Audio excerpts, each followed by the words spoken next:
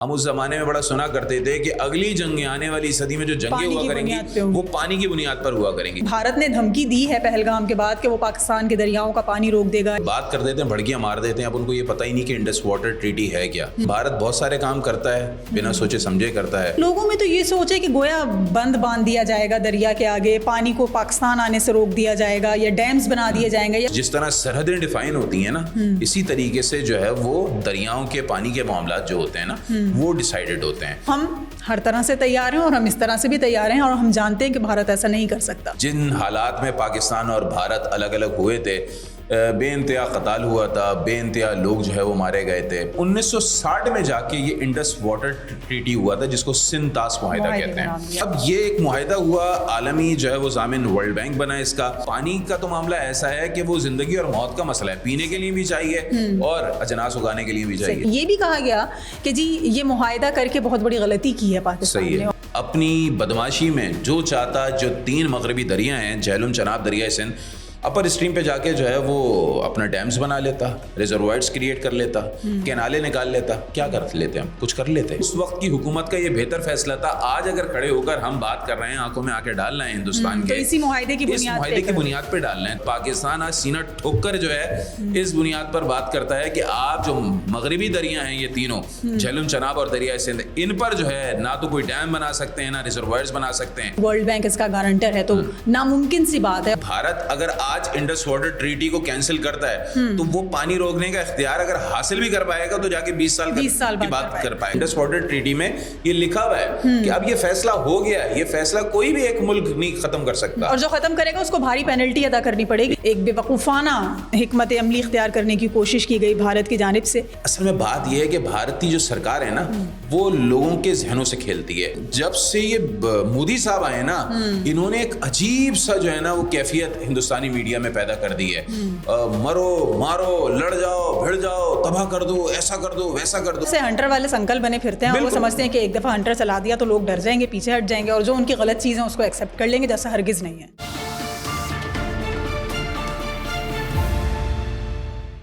السلام علیکم. اینگل 360 کے ایک اور پوڈ کاسٹ کے ساتھ میں ہوں آپ کی میزبان سمین نواز, اور ہمارے ساتھ موجود ہیں سینئر اینکر پرسن علی عابد. کیسی ہیں سمین؟ ٹھیک ٹھاک؟ میں تو بالکل ٹھیک ہوں, لیکن آج ہم جس موضوع پہ بات کرنے جا رہے ہیں وہ بہت زیادہ محو بحث ہے, یعنی کہ لوگوں کے لیے بہت زیادہ اس کے اوپر ہم تبصرے دیکھ رہے ہیں. کچھ لوگ پریشان ہیں, کچھ لوگ بہت فنی انداز میں بھی اس کو ڈسکس کر رہے ہیں, اور پاکستانی تو خاص کر کے اتنا انجوائے کر رہے ہیں اس معاملے کو, اور اس کے اوپر ہم دیکھ رہے ہیں کہ سوشل میڈیا بھرا پڑا, اور ان کو کسی قسم کی کوئی ٹینشن نہیں ہے کہ اگر ہم دیکھ رہے ہیں کہ بھارت نے دھمکی دی ہے پہلگام کے بعد کہ وہ پاکستان کے دریاؤں کا پانی روک دے گا انڈس واٹر ٹریٹی کے حوالے سے جو ہم بات کریں گے, تو ہم ہر طرح سے تیار ہیں اور ہم اس طرح سے بھی تیار ہیں, اور ہم جانتے ہیں کہ بھارت ایسا نہیں کر سکتا. صحیح. اصل میں پانی جو ہے وہ آب حیات ہے نا. اب دیکھیں, میں نے اس لیے بھی یہاں پہ پانی رکھا ہوا ہے. اگر پانی نہیں ملے گا تو ظاہر سی بات ہے انسان کی زندگی کیسے گزرے گی. خیر یہ تو ایک جوک تھا. اب بات یہ ہے کہ انڈس واٹر ٹریٹی بھارت نے دھمکی تو دے دی, لیکن بھارت بہت سارے کام کرتا ہے, بنا سوچے سمجھے کرتا ہے, اور مشہور بھی ہے اسی حوالے سے کہ یہاں پر دماغ نہیں ہے بلکہ گھٹنوں میں جو ہے نا, نہیں گھٹنوں میں عقل ہے نا ان لوگوں کی. بس بات کر دیتے ہیں, بھڑکیاں مار دیتے ہیں. اب ان کو یہ پتہ ہی نہیں کہ انڈس واٹر ٹریٹی ہے کیا. حالانکہ یہ بنیادی طور پر ایک انٹرنیشنل ایک معاہدہ ہے جس کا گارنٹر ورلڈ بینک ہے. سب سے پہلے تو ہم یہ آ جاتے ہیں کہ انڈس واٹر ٹریٹی کرنے کی ضرورت کیوں پیش آئی. پاکستان اور بھارت کا جب قیام عمل میں آیا تھا تو کوئی ایسا تو ہوا نہیں تھا کہ 2 ہمسائے ہوں یا کوئی ایک مکان میں رہنے والے, ایک سنگل گراؤنڈ فلور پہ ایک بندہ رہتا ہو اور ایک فرسٹ فلور پہ بندہ رہتا ہو. 2 بھائی کہتے ہوں کہ بھائی اب بچے بڑے ہو گئے ہیں تو ہمیں گھر الگ کر لینے چاہیے. ایسا تو معاملہ ہوا نہیں تھا. جن حالات میں پاکستان اور بھارت الگ الگ ہوئے تھے, بے انتہا قتال ہوا تھا, بے انتہا لوگ جو ہے وہ مارے گئے تھے, اور ہم سنتے بھی ہیں اپنے بزرگوں سے ان کی کہانیاں کہ بھائی کیا کچھ ہوا تھا, کتنی مشکلات جھیل کر جو ہے وہ پاکستان آئے تھے, کتنی قربانیاں ہم لوگوں نے دی تھی. 1948 سے ہی جو ہے وہ پاکستان اور بھارت کی پانی کو لے کر جو ہے نا وہ بحث جو ہے وہ بہت چھڑ گئی تھی. اب پاکستان ایک زرعی ملک ہے. مسئلہ یہ ہے کہ 6 دریا ہیں, یعنی کہ جہلم, چناب, دریائے سندھ, راوی, بیاس, ستلج. اب یہ جو جہلم, چناب اور دریائے سندھ ہیں ان کو ہم کہہ لیں کہ یہ مغربی دریا ہیں, اور راوی, بیاس, ستلج جو ہیں وہ مشرقی دریا ہیں. اب مسئلہ یہ تھا کہ یہ 6 کے 6 دریا پاکستان کے اندر جب انٹر ہو رہے ہیں نا تو یہ بھارت کو کہیں نہ کہیں ٹچ کرتے ہوئے آ رہے تھے. تو اب ایک سوچ پاکستان میں یہ پائی جا رہی تھی کہ آگے چل کر اگر پاکستان اور بھارت کے تعلقات خراب ہوئے تو بھارت اگر پانی روک دیتا ہے پاکستان کو تو پھر کیا ہوگا بھائی؟ مین جو واٹر ریسورس ہے وہ تو ہمارے دریا ہی تھے نا. جو نہری نظام تھا, جو قدرتی نہری نظام تھا, وہ سارا کا سارا انہی ایریاز سے ہو کر آ رہا تھا جن ایریاز میں بھارت کی حکومت تھی یا بھارت تھا. ٹھیک ہے, تو پھر 1954 میں یہ لڑائی کافی جو ہے وہ تیز ہو گئی. تو اس کو دیکھتے دیکھتے پھر ہوا یہ کہ 1960 میں جو ہے وہ حکومت پاکستان اور بھارتی سرکار, ایوب خان کے دور کی, بالکل ایوب خان صاحب کے دور کی بات ہے, یہ جواہر لال نہرو ادھر کے پرائم منسٹر تھے ہندوستان کے, اور پاکستان کے صدر جو ہے وہ ایوب خان تھے. تو پھر کافی جو ہے وہ گفت و شنید کے بعد 1954 سے اس پر جو ہے نا بات چیت شروع ہو گئی تھی. سفارتی سطح پر بھی شروع ہو گئی تھی اور عالمی سطح پر بھی شروع ہو گئی تھی. تو پھر 1960 میں جا کے یہ انڈس واٹر ٹریٹی ہوا تھا, جس کو سندھ طاس معاہدہ کہتے ہیں. تو پاکستان اور بھارت نے یہ معاہدہ کیا اور اس کا گارنٹر بنا ورلڈ بینک, جیسے کہ ہم نے آپ کو بتایا. اب اس میں ہوا کیا کہ مشرقی دریا جن میں راوی, بیاس, ستلج ہیں, یہ بھارت کی ملکیت میں دے دیے گئے, یا بھارت کو اختیار دے دیا گیا کہ وہ جو چاہے فیصلہ کرے, وہاں پہ وہ ڈیم بنائے, ریزروائرز بنائے, یا جو چاہے بنائے, وہ ان دریاؤں کا مالک قرار پایا. جبکہ جہلم, چناب اور دریائے سندھ یہ پاکستان کی ملکیت میں دے دیے گئے, اور پاکستان کی اب مرضی ہے ان پر جو ہے وہ ڈیمز بنائے, ریزروائرز بنائے, کینالز نکالے, کچھ بھی کرے.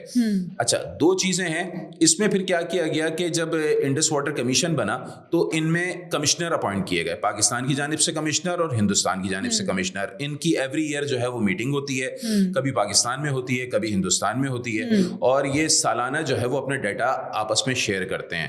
اب اختیار کیا ہے, پاکستان راوی, بیاس, ستلج میں کوئی ڈیم نہیں بنا سکتا ہے, کوئی جو ہے وہ کینال نہیں نکال سکتا ہے, یہ ساری چیزیں ہو گئیں.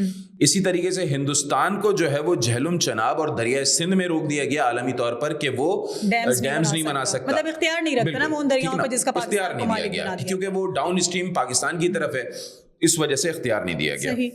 تو اب یہ ایک معاہدہ ہوا عالمی جو ہے وہ ضامن ورلڈ بینک بنا اس کا. اور اس میں یہ ہے کہ جیسے کہ ابھی بہت ساری باتیں آ رہی ہوتی ہیں نا کہ بھارت نے کہہ دیا کہ ہم سندھ طاس معاہدہ اب جو ہے وہ نہیں مانتے یا مزید نہیں چل سکتا. تو بھائی اس سے مراد یہ ہے کہ یہ جو انڈس واٹر کمشنر ہے نا, ان کے اجلاس نہیں ہو سکتے اور ڈیٹا شیئرنگ نہیں ہو سکتی. اچھا, لیکن لوگوں میں تو یہ سوچ ہے کہ گویا بند باندھ دیا جائے گا دریا کے آگے, پانی کو پاکستان آنے سے روک دیا جائے گا, یا ڈیمز بنا دیے جائیں گے, یا کوئی ایسا طریقہ اختیار کیا جائے گا کہ وہ جو دریائے سندھ کا پانی ہے وہ پاکستان میں داخل نہیں ہوگا اور پاکستان کو جو ہے وہ آبی بحران کا سامنا کرنا پڑے گا. دیکھیں, یہ تو ایسا ہی ہو گیا کہ کل میں اٹھ کے گاؤں کے جو پاکستان اور بھارت کی جو سرحد ہے نا, وہ سرحد آج سے میں تبدیل کر رہا ہوں جی, یہ والا شہر یا یہ والا علاقہ جو ہے نا میں ہندوستان میں لے رہا ہوں, یا پاکستان کے کہ وہ یہ والا علاقہ ہندوستان میں لے رہا ہے. تو یہ جو جس طرح سرحدیں ڈیفائن ہوتی ہیں نا, اسی طریقے سے جو ہے وہ دریاؤں کے پانی کے معاملات جو ہوتے ہیں نا وہ ڈیسائیڈڈ ہوتے ہیں. اور یہ اب جس دنیا میں ہم رہتے ہیں یہ وہ والی دنیا تو ہے نہیں جو چنگیز خان اور ہلاکو خان کی دور کی تو ہم بات کر نہیں رہے, یا ہم زیادہ چلیں دور نہیں جاتے. 1945 جب تک اقوام متحدہ نہیں بنی تھی, اس سے پہلے کی اگر بات کر لیں پھر بھی ہو جاتا تھا, کوئی ملک کسی بھی ملک پہ چڑھ دوڑتا تھا. اب ایسے نہیں ہوتا, اب انٹرنیشنل گارنٹرز ہوتے ہیں, بہت سارے لوگ ہوتے ہیں. اور پانی جیسے کہ میں نے آپ کو بتایا 1990 سے ایک بات ہم نے بہت سنی تھی, ظاہر سی بات ہے آپ کا بھی اس زمانے میں بچپنا ہوگا, میرا بھی بچپنا تھا. ہم اس زمانے میں بڑا سنا کرتے تھے کہ اگلی جنگیں, آنے والی صدی میں جو جنگیں ہوا کریں گی وہ پانی کی بنیاد پر ہوا کریں گی, کیونکہ آبادی دنیا کی بڑی تیزی سے بڑھ رہی ہے, پانی کی ضروریات بڑھ رہی ہیں. اچھا, پانی صرف پینے کے لیے نہیں چاہیے, پانی بہت ساری چیزوں کے لیے روزمرہ کے استعمال کی ہماری ایک تو ہم سب سے زیادہ زرعی ملک ہیں, ہماری 80% سے زیادہ جو زمین ہے وہ کلٹیویٹڈ لینڈ ہے, جو زرعی زمین ہے. اب اگر ہم زراعت کے لیے اگر دیکھیں تو پانی سب سے زیادہ ہمیں چاہیے. تو پانی کا تو معاملہ ایسا ہے کہ وہ زندگی اور موت کا مسئلہ ہے, پینے کے لیے بھی چاہیے اور اجناس اگانے کے لیے بھی چاہیے. اچھا, ساری باتیں آپ نے بتا دی, لیکن انڈس واٹر ٹریٹی کے حوالے سے ایک کویسچن یہاں پر میں ریز کرنا چاہوں گی کہ جب یہ معاہدہ ہو رہا تھا تو آپ نے بچپنا کی بھی کچھ یاد دلا دی کہ یہ کہا جاتا, یہ بھی کہا گیا کہ جی یہ معاہدہ کر کے بہت بڑی غلطی کی ہے پاکستان نے, اور یہ اس طرح کی بھی باتیں کی گئی کہ جی پاکستان کے دریا بیچ دیے اور بھارت کو اس کا مالک بنا دیا, ایسا نہیں ہونا چاہیے تھا. بہت مخالفت اس وقت بھی اس معاہدے کی, یہ کیوں تھا؟ دیکھیں, میں اپنا پوائنٹ آف ویو بتا دیتا ہوں آپ کو. بات یہ ہے کہ جب تک انڈس ٹریٹی نہیں ہوا تھا, چلیں آپ ایک ازیوم کر لیں کہ آج سنتاس معاہدہ نہیں ہوتا, بھارت اپنی بدماشی میں جو چاہتا, جو 3 مغربی دریا ہیں جہلم, چناب, دریائے سندھ, اپر اسٹریم پہ جا کے جو ہے وہ اپنا ڈیمز بنا لیتا, ریزروائرز کریٹ کر لیتا, کینالے نکال لیتا. کیا کر لیتے ہم؟ کچھ کر لیتے. آپ کرٹیسزم کریں, آپ ضرور ایوب خان صاحب پر کرٹیسائز کر سکتے ہیں اس بنیاد پر کہ بہرحال وہ ایک ملٹری رولر تھے, نہیں ہونا چاہیے تھا, اس پر ہو سکتی ہے بات. لیکن انڈس واٹر جو ٹریٹی ہوا تھا وہ یقیناً صرف ایوب خان صاحب کا تو فیصلہ نہیں ہوگا نا. اس زمانے میں, اس زمانے میں اس وقت کی جو بیوروکریسی ہوگی, اس وقت کی جو انتظامیہ ہوگی, جتنے بھی اس وقت گورنمنٹ سیکٹر کے جو لوگ ہوتے ہیں جو ان سے ایسوسیٹ ہوتے ہیں, ان کا مشترکہ فیصلہ ہوتا ہے. یہ کوئی ایک تنہا فرد کا فیصلہ نہیں ہوتا کہ بس وہ ایک بندہ صبح اٹھا اور اس نے کہا میں صدر پاکستان ہوں, آج ایسا ہو جائے. تو یہ تو مغل سلطنتوں میں بھی ایسا نہیں ہوتا تھا, تو پھر ایک جمہوری ملک کہہ لیں اس میں تو نہیں ہو سکتا.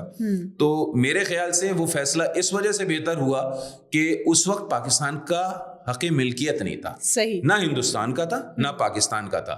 لیکن پاکستان اس حوالے سے کمزور پوزیشن پہ تھا کہ 6 کے 6 دریا کا جو مین سورس تھا وہ تو ہندوستان ہی تھا نا, اسی ایریا سے ہی سٹارٹ ہو رہا تھا نا جس ایریا میں ہندوستان کا قیام عمل میں آیا تھا. ہم کوئی اختیار نہیں رکھتے, ہمارے پاس تو اس وقت اختیار نہیں تھا. اگر چلے اختیار ہوتا بھی تو کس زمانے میں ہوتا, جس زمانے میں فلڈ آ جاتا. صحیح. اور ابھی بھی آپ یہ دیکھیں کہ 3 دریاؤں پر ہمارا اختیار ہے, اور جو بقیہ 3 دریا ہیں جو بھارت کے کنٹرول میں ہیں, راوی, بیاس, ستلج, اس پہ ہندوستان کا کنٹرول ضرور ہے. اس پر اس نے ڈیمز بھی بنائے ہوئے ہیں, بہت ساری چیزیں, کنالے بنائی ہوئی ہیں, ریزروائرز بنائے ہوئے ہیں, سب چیزیں کی ہوئی ہیں. لیکن چونکہ ان خطوں میں مانسون بہت زیادہ آتا ہے, بہت تیز آتا ہے, ہیوی مانسون اسپیلز آتے ہیں. تو آپ یہ دیکھیں کہ گرمیوں کے سیزن میں ان 3 دریاؤں میں بھی جو ہے وہ کافی پانی آتا ہے اور ایک سیلابی کیفیت پیدا ہو جاتی ہے. پنجنت کا جو مقام ہے لاہور کے پاس جہاں 5 دریا آ کے مل رہے ہوتے ہیں, تو آپ وہاں پہ دیکھیں نا ایک سیلابی کیفیت پیدا ہو جاتی ہے. ہر دریا میں بہت زیادہ پانی کا بہاؤ ہوتا ہے. تو میرے نزدیک تو اس وقت کی حکومت کا یہ بہتر فیصلہ تھا. آج اگر کھڑے ہو کر ہم بات کر رہے ہیں, آنکھوں میں آ کے ڈال رہے ہیں ہندوستان کے, اسی معاہدے کی بنیاد پہ ڈال رہے ہیں, تو میرے خیال سے وہ بہت بہتر فیصلہ تھا, ویژنری فیصلہ تھا کہ اس معاہدے کے نتیجے میں پاکستان کو حق ملکیت ملا 3 دریاؤں کا. اور پاکستان آج سینہ ٹھوک کر جو ہے اس بنیاد پر بات کرتا ہے کہ آپ جو مغربی دریا ہیں یہ تینوں, جہلم, چناب اور دریائے سندھ, ان پر جو ہے نہ تو کوئی ڈیم بنا سکتے ہیں, نہ ریزروائرز بنا سکتے ہیں. باقی جو تھوڑی بہت چیزیں ہوتی ہیں, آسان بھی نہیں ہے نا بھارت کے لیے, کیونکہ جس طرح سے خود آپ نے کہا کہ جی ورلڈ بینک اس کا گارنٹر ہے, تو ناممکن سی بات ہے. اور پھر جس طرح کے ہم بیانات بھی دیکھ رہے ہیں خود انڈین لیڈرشپ کے کہ جی اعلان تو کر دیا, اور اس کو ہم یہی کہیں گے نادانستگی یا بے وقوفی کی ایک بات ایسی لگتی ہے کہ آپ نے آ کے ایک بات کر دی کہ جس کے اوپر عمل درآمد یقینی ممکن نہیں ہے. اور اگر آپ کرتے بھی ہیں, یعنی آپ غیر قانونی طور پر کوئی ہتھ کنڈا استعمال کرتے ہوئے پانی روکنا بھی چاہتے ہیں دریاؤں کا, تو اس میں بھی آپ کو ایک لانگ پیریڈ درکار ہے, کم از کم 20 سال کا عرصہ بتایا جاتا ہے. بھائی اگر آپ چھوٹا ڈیم بھی بناتے ہیں تو 8 سے 10 سال لگ جاتے ہیں, اس کے لیے بلین آف ڈالرز چاہیے ہوتے ہیں. ایک چھوٹے ڈیم کے لیے بلین آف ڈالرز چاہیے ہوتے ہیں, اگر بڑا ڈیم بنائیں گے تو پتہ نہیں کتنے 100 بلین ڈالرز چاہیے ہوتے ہیں. تو اگر آپ اس حساب سے سوچیں تو بھارت اگر آج انڈس واٹر ٹریٹی کو کینسل کرتا ہے تو وہ پانی روکنے کا اختیار اگر حاصل بھی کر پائے گا تو جا کے 20 سال کی بات کر پائے گا, لیکن وہ اختیار مل بھی نہیں سکتا. یہ بھی سمجھنا چاہیے کہ یہ ایسا نہیں ہے کہ جب چاہے میں نے توڑ دیا. ہاں, دونوں ملک مشترکہ طور پر اگر کوئی فیصلہ کریں تو ہو سکتا ہے. انڈس واٹر ٹریٹی میں یہ لکھا ہوا ہے کہ اب یہ فیصلہ ہو گیا ہے, یہ فیصلہ کوئی بھی ایک ملک نہیں ختم کر سکتا, اور جو ختم کرے گا اس کو بھاری پینلٹی ادا کرنی پڑے گی. ایسا نہیں ہے, اور وہ پینلٹی اتنی ہوتی ہے کہ اگلے 20-25 سالوں میں ریاست کما نہیں سکتی, اتنی آسان نہیں ہے کہ وہ ادا کرنی پڑ سکے. اچھا, اس کا پھر مطلب یہ ہوا کہ یہ جو فیصلہ سامنے آیا, یا جو یہ آپ کہہ لیں کہ ایک بے وقوفانہ حکمت عملی اختیار کرنے کی کوشش کی گئی بھارت کی جانب سے, اس کا کیا مطلب تھا؟ پانی تو وہ روک نہیں سکتے, تو کیا اب جس طرح کمیشنز کی آپ بات کر رہے ہیں کہ جی وفود آتے ہیں, سالانہ بنیادوں پر تبادلہ ہوتا ہے اور تمام تر معلومات جو ہے وہ ایک دوسرے سے شیئر کی جاتی ہے, تو اب اگر بھارت یہ نہیں کرتا تو ہمیں کیا نقصان ہوگا؟ دیکھیں, آپ پاکستان میں رہتی ہیں, ہم بھی پاکستان میں رہتے ہیں. ہم کیا کہتے ہیں کہ لوکل جب سیاست ہوتی ہے تو کیا ہوتی ہے کہ اسمبلی کے باہر جو ہے وہ سیاستدان لڑ رہے ہوتے ہیں اور اسمبلی میں بیٹھ کر جو ہے وہ ایک ہی پلیٹ میں کھانا کھا رہے ہوتے ہیں. تو کچھ عالمی سیاست بھی اسی طریقے سے ہوتی ہے. اب بھارت نے کرنا کیا ہے, بھارت نے اپنی عوام کو کچھ نہ کچھ تو بیچنا ہے نا. اب دیکھیں نا, پہلگام واقعے کے بعد سب سے پہلے تو انہوں نے ایک اس فالس فلیگ آپریشن کے بعد وار ہسٹری کریٹ کیا. پہلے انہوں نے اپنی قوم کو بتایا کہ ہم جو ہے وہ پاکستان کو چھوڑیں گے نہیں, کل حملہ کر دیں گے, آج حملہ کر دیں گے. انہوں نے ایک وہ طیارہ بردار بحری جہاز بحری بیڑا نکال دیا اور کہا کہ بس یہ کراچی کے ساحل پر جا رہا ہے اور یہ وہاں پر جا کے جو ہے نا وہ تباہی مچا دے گا. اس کے بعد انہوں نے اپنے طیارے, سخوئی طیارے اڑانے شروع کر دیے, معراج طیارے اڑانے شروع کر دیے کہ جی پاکستان میں ٹارگیٹس جو ہیں وہ ہم نے پوائنٹ آؤٹ کر لیے ہیں, بس ان کو دھماکے سے اب جو ہے نا اڑانے والے ہیں. کچھ ہوا 0/0. صحیح. اب انہوں نے کیا کیا, پیرالل میں انڈس واٹر ٹریٹی پر بات کر دی. اصل میں بات یہ ہے کہ بھارت کی جو سرکار ہے نا وہ لوگوں کے ذہنوں سے کھیلتی ہے. آپ دیکھیں نا ہندوستان کا میڈیا دیکھیں, آپ کو کہیں سے وہ میڈیا دکھتا ہے؟ ہرگز بھی. بھائی میں تو جب دیکھتا ہوں تو مجھے تو ایسا لگتا ہے کہ کوئی ایک مووی ہے, کوئی ایک اصول ایسا نہیں ہے, صحافتی اصول اس فالو کیا جا رہا ہو, کوئی ایک نشریاتی ادارہ جس طرح سے اپنے تمام تر پیرامیٹرز لے کر چل رہا ہوتا ہے, ایسا کچھ نظر نہیں آتا. وہ ان کا کوئی ٹی وی چینل ہو, وہ ان کا سوشل میڈیا ہو, وہ ان کا ریڈیو اسٹیشن ہو, کوئی اخبار آپ اٹھا کے دیکھ لیں. آپ کو یہ سمجھنا پڑے گا جب سے یہ جو بی جے پی اقتدار میں آئی ہے نا, خاص طور پہ مودی سرکار جب سے اقتدار میں آئی ہے, چلے واجپئی صاحب کے دور میں تو پھر بھی یہ کم وار ہسٹری کریٹ کیا جاتا تھا, ہندوتوا جب سے اقتدار میں, لیکن جب سے یہ مودی صاحب آئے نا, انہوں نے ایک عجیب سا جو ہے نا وہ کیفیت ہندوستانی میڈیا میں پیدا کر دی ہے. مرو مارو, لڑ جاؤ, بھڑ جاؤ, تباہ کر دو, ایسا کر دو, ویسا کر دو. وہ اپنے سیاسی مخالفین کے ساتھ بھی وہاں پر یہی حرکتیں کرتے ہیں, اور ان کے اپنے اندر ملک میں بھی ہمیں یہی چیز, یہی تو کہہ رہا ہوں نا, وہ اپنے سیاسی مخالفین کے ساتھ بھی وہی کام کرتے ہیں, اور جو ان کا پڑوسی ملک ہے اس کے ساتھ بھی وہی حرکت کرتے ہیں. اچھا یہ صرف پاکستان کے ساتھ نہیں ہے, یہی بنگلہ دیش کے ساتھ انہوں نے سلوک رکھا ہوا ہے میڈیا میں, یہی انہوں نے مالدیپ کے ساتھ, نیپال کے ساتھ رکھا ہوا ہے. وہ کیا کہتے ہیں, یہ چھوٹے چھوٹے سے ملک اسی طریقے کی باتیں کرتے ہیں. مطلب وہ اپنی طرف سے ہنٹر والے سنکل بنے پھرتے ہیں, اور وہ سمجھتے ہیں کہ ایک دفعہ ہنٹر چلا دیا تو لوگ ڈر جائیں گے, پیچھے ہٹ جائیں گے, اور جو ان کی غلط چیزیں اس کو ایکسیپٹ کر لیں گے, جیسا ہرگز نہیں ہے. ایگزیکٹلی. اصل میں وہ یہ سمجھتے ہیں کہ بھائی وہ ایک بہت بڑی جو ہے نا پاپولیشن رکھنے والی کنٹری ہے, تو دنیا ان کی طرف کھینچی چلی آئے گی. ٹھیک ہے, لوگوں کا ظاہر سی بات ہے مفاد ہوتا ہے, مالی مفادات سب سے بڑے مفادات ہوتے ہیں. امریکہ جو آ کے آج ہندوستان میں بیٹھ رہا ہے, امریکہ کا نائب صدر آ کے ہندوستان میں بیٹھ رہا ہے, یا دنیا کے عرب ممالک کے لوگ جا رہے ہیں, تو وہ کوئی اس بنیاد پر نہیں جا رہے کہ وہ ہندوستان کے نیریٹو کو قبول کرتے ہیں, جی ہندوستان جو کہہ رہا ہے وہ بالکل سچ کہہ رہا ہے. ان کو پتا ہے وہ 1 ارب 40 کروڑ آبادی والا ملک ہے, اپنا مال بیچنا ہے تو مال بیچنے کے لیے جاؤ. تو تاجر کا تو کام ہی جو ہے نا مال بیچنا ہے, تو وہ تاجر جا رہا ہوتا ہے. اب ایک ہمارے یہاں کچھ ناقابل اندیش جو ہیں وہ یہ بتاتے ہیں کہ دیکھو بھارت جو ہے سفارتی طور پر کتنا کامیاب ہے, آپ پاکستان کی پاپولیشن لے جائیں 1 ارب, یہاں پہ روز صبح شام جو ہے وہ یورپین لیڈرز بیٹھے رہا کریں گے, ان کو تو اپنا مال بیچنا ہے نا. بالکل, بہت شکریہ علی آپ کا. اور جس طرح سے ہم نے سندھ طاس معاہدہ یا انڈس واٹر ٹریٹی کے حوالے سے بات کی, اور یہ بتانے کی کوشش کی کہ جو کچھ بھارت کہہ رہا ہے ایسا حقیقت میں اس پر عمل درآمد ہونا ناممکن ہے, کیونکہ اس سے نہ صرف ورلڈ بینک ان کے اوپر لاکھوں کروڑوں ڈالرز کی پینلٹی عائد کرے گا, بلکہ خود اس کے اپنے لیے بھی یہ ایک نقصان دہ عمل ہے, اور ایک لانگ ٹرم پروسیس ہے جس کے اوپر ہم دیکھتے ہیں کہ عمل درآمد ہونا ناممکن سی بات ہے. اپنے اوپر سے یہ اس وقت موجودہ صورتحال کی جو تمام تر ذمہ داری بھارت پر عائد ہوتی ہے وہ دوسروں پر ڈالنے کے لیے اور لوگوں کی توجہ ڈائیورٹ کرنے کے لیے اس طرح کے فیصلے یا اس طرح کے ناقابل اندیش حکم نامے بھارت کی جانب سے جاری ضرور کیے جا رہے ہیں, لیکن اس پر عمل درآمد کبھی ممکن نہیں ہو سکے گا. آج کے لیے اتنا ہی. مجھے اور علی کو اجازت دیجیے. اللہ حافظ.